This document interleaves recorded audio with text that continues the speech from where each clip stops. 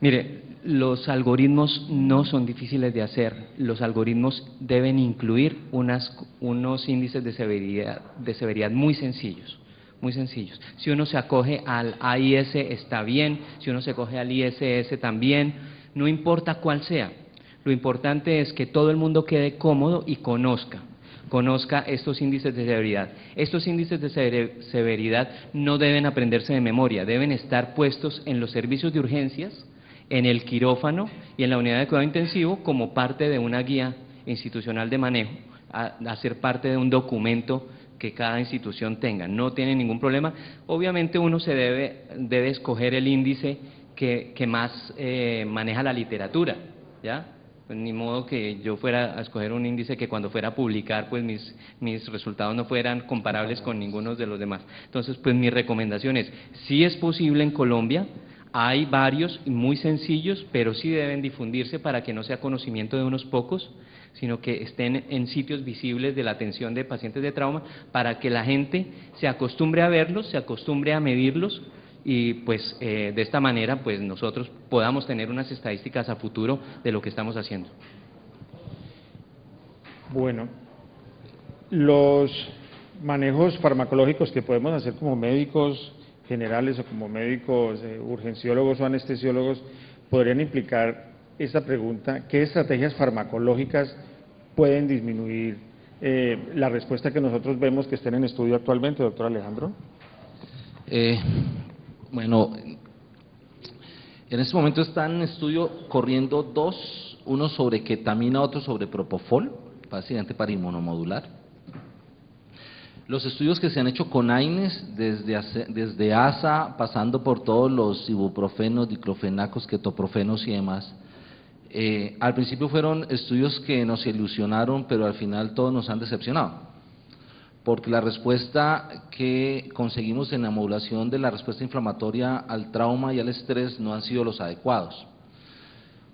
Ketamina y propofol, dos que están corriendo comparativos, son los únicos que en este momento hay, todos los de AINES fallaron, y hay mucha molécula que está ahorita en investigación, pero todavía no tienen nombre, son estudios de fase 2 apenas y van a entrar en fase 3, o sea que es lo que hay, lo que puedo encontrar, no tengo más.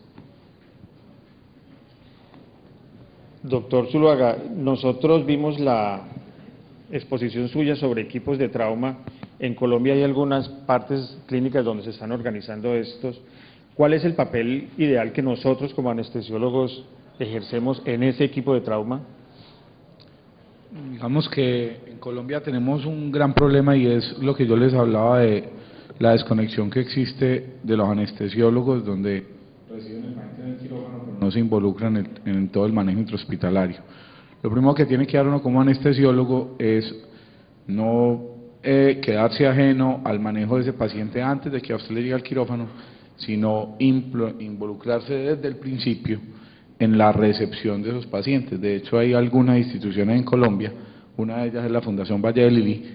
Yo tuve la oportunidad de vivir eso, cuando allá llega un paciente o una cantidad de pacientes lesionados, pasaba con el trauma militar sobre todo, los anestesiólogos nos involucrábamos desde el inicio en el manejo de esos pacientes. Además de eso, creo que el principal papel que tiene el anestesiólogo es de ser parte de un equipo organizador, de unas guías que permitan manejar esos pacientes desde el principio bien manejados, evitar la hemodilución, evitar el uso excesivo de soluciones cristaloides, dar educación a todo el personal médico y paramédico en urgencias del manejo inicial de estos pacientes. Creo que es un papel no solamente de atención, sino un papel en donde nos involucremos en la organización y de esa manera podamos manejar los pacientes de una misma manera desde el servicio de urgencias, pasando por el quirófano y terminando en la unidad de cuidado intensivo.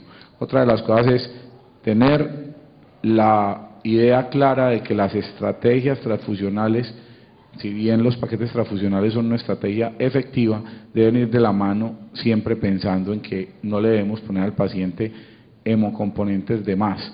Tan grave es no ponerle al que necesita como ponerle más de lo que el paciente necesita, porque eso impacta en el resultado. ¿Alguna persona del participante quiere hacer alguna pregunta? Yo tengo... Perdón, doctor. ¿Tienes el micrófono para que...? Préstamelo. Perdón, gracias. Sí, ¿por qué no nos amplía un poco más sobre el concepto actual que se está manejando en el caso del trauma, digamos, la determinación del calcio? ¿Nos pueden ampliar un poco más sobre el respecto? El calcio es una posibilidad diagnóstica en la evolución del trauma y el progreso de las medidas terapéuticas. Doctor Zuluaga. Yo lo voy a tocar ahora en la conferencia, pero lo que les puedo decir es que ya hay varios estudios que identificaron al calcio iónico como un predictor de mortalidad en trauma. Un estudio hecho hace más o menos unos 4 años y varias revisiones a ese estudio y otros estudios posteriores han mostrado que el punto de corte es 1. Los pacientes que tienen menos de 1 de calcio iónico al tener una injuria severa cuadriplican las complicaciones y duplican la mortalidad.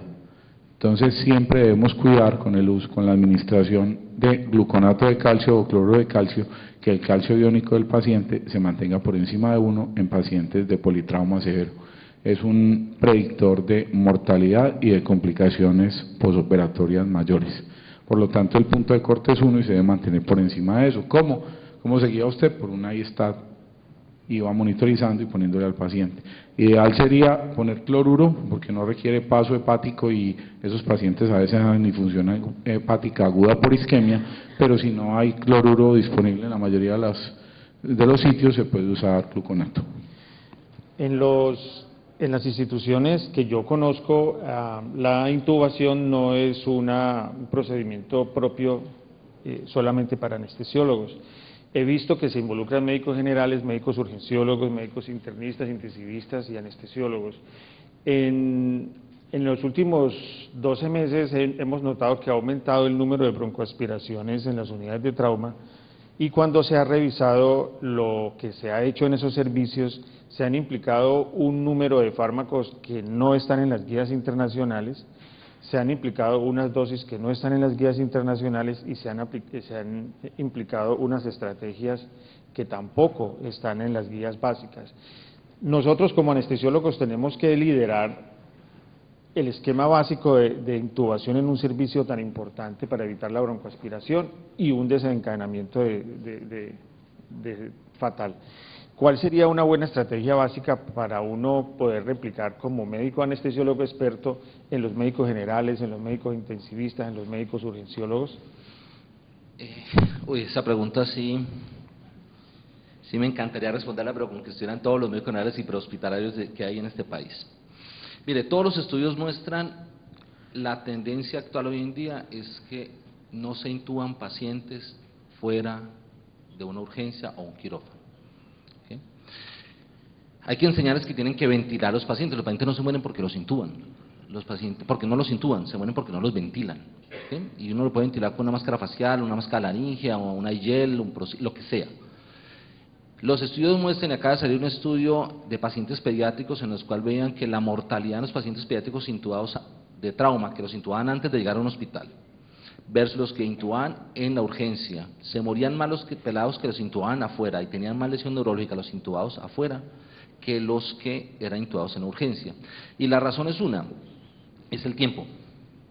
Pierden tiempo valioso intentando intubar en situaciones que no son las adecuadas. 2, hay que enseñarles que no es intubación de secuencia rápida, sino intubación de secuencia segura. ¿Okay? No es no por meterlo más rápido se hace mejor, ¿cierto? Entonces, hay que hacerlo como usted dice, con una dosis adecuada, con medicamentos adecuados. Los internistas que manejan muchas urgencias, no les gusta la relajación neuromuscular. No les gusta. Les da miedo, Sí. Les da mucho miedo. No conocen que hay antídotos y van a usar rocuronio, que hay antídoto, ¿cierto? A veces se les olvida que si usan succinilcolina, pues tiene una vía media corta, que tranquilo, va a pasar el efecto, pues a menos que tenga una deficiencia enzimática, que es muy raro, pero puede pasar. Entonces, le tienen miedo a la relajación neuromuscular y es uno de los pilares básicos de la intubación de secuencia segura. A mí no me gusta decir de secuencia rápida, porque queda la sensación de que pongo y meto, y no es pongo y meto, es pongo preoxigeno antes de intubar, antes de hacer la intubación, siempre les recuerdo yo que antes de ver dónde está el tubo, dónde está el lárigo, siempre pregunto, ¿dónde está la succión? Que es la primera. Y dos, se les olvida que si el paciente vomita, la forma más rápida de evitar la broncoaspiración es voltearlos de lado, colocar la cabeza para abajo y que lo vomite. ¿Cierto? Muchos intentamos, se siente el paciente, y cuando usted siente al paciente que está vomitando, lo que le está diciendo es váyase para la tráquea.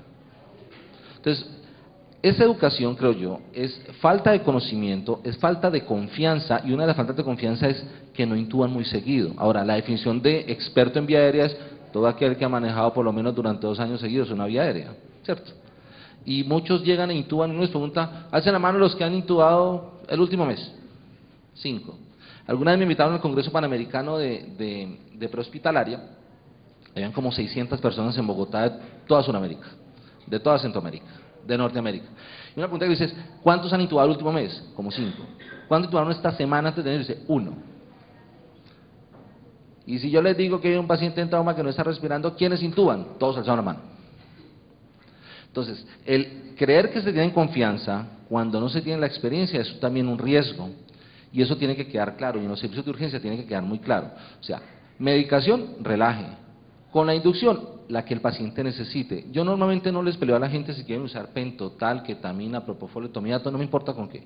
Yo digo, si quiere hacerlo solo con uno de midazolam y uno de fentanilo, por mí está perfecto. Pero relajen el paciente, que es lo que les va a dar la ventaja a la hora de intubar. Es lo único. No sé qué piensas tú, Fred. No, yo creo que, ya complementando lo de Alejandro, hay un problema de educación continuada acá grande y sobre todo de entrenamiento permanente. O sea, no es que estamos en un momento irónico de la evolución de la medicina donde tenemos más simuladores pero menos experiencia. ¿Sí? Más simuladores pero menos experiencia, más pacientes pero menos tiempo. Entonces ahí hay mucho que trabajarle, y yo creo que las sociedades, ¿sí? Por ejemplo, como la nuestra, debe salirse ya del quirófano y tratar de dar educación continuada para urgencias y el prehospitalario como parte de lo que queremos para que nos llegue a nosotros al quirófano adecuado, porque ahí hay mucho que hacer, mucho que hacer. Yo quiero aportar, yo soy anestesiólogo y trabajo en urgencia en la ciudad de Medellín.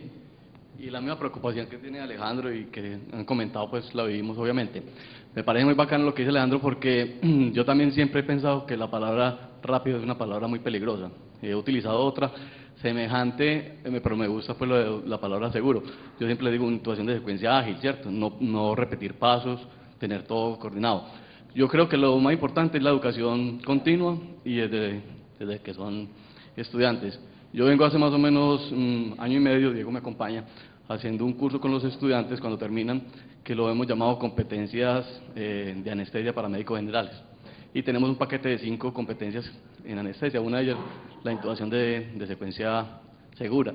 Uno de los mensajes que le estamos llevando a los muchachos es la simulación, y con ayudas cognitivas. Hemos inclusive diseñado una lista de chequeo para esta secuencia, de manera que ellos tengan todos los pasos haciendo uso de la memotecnia de las P, y creo que de alguna manera esto puede empezar a reproducirse, y la única forma que creo que se puede impactar es de esa manera, desde muy temprano, desarrollando todas estas metodologías de enseñanza para poder disminuir los riesgos que se pueden presentar en los servicios. Indudablemente tenemos que liderar eso a nivel local y a nivel global para evitar la morbimortalidad. Los invitamos a todos a que lideremos desde lo básico, también podemos actuar.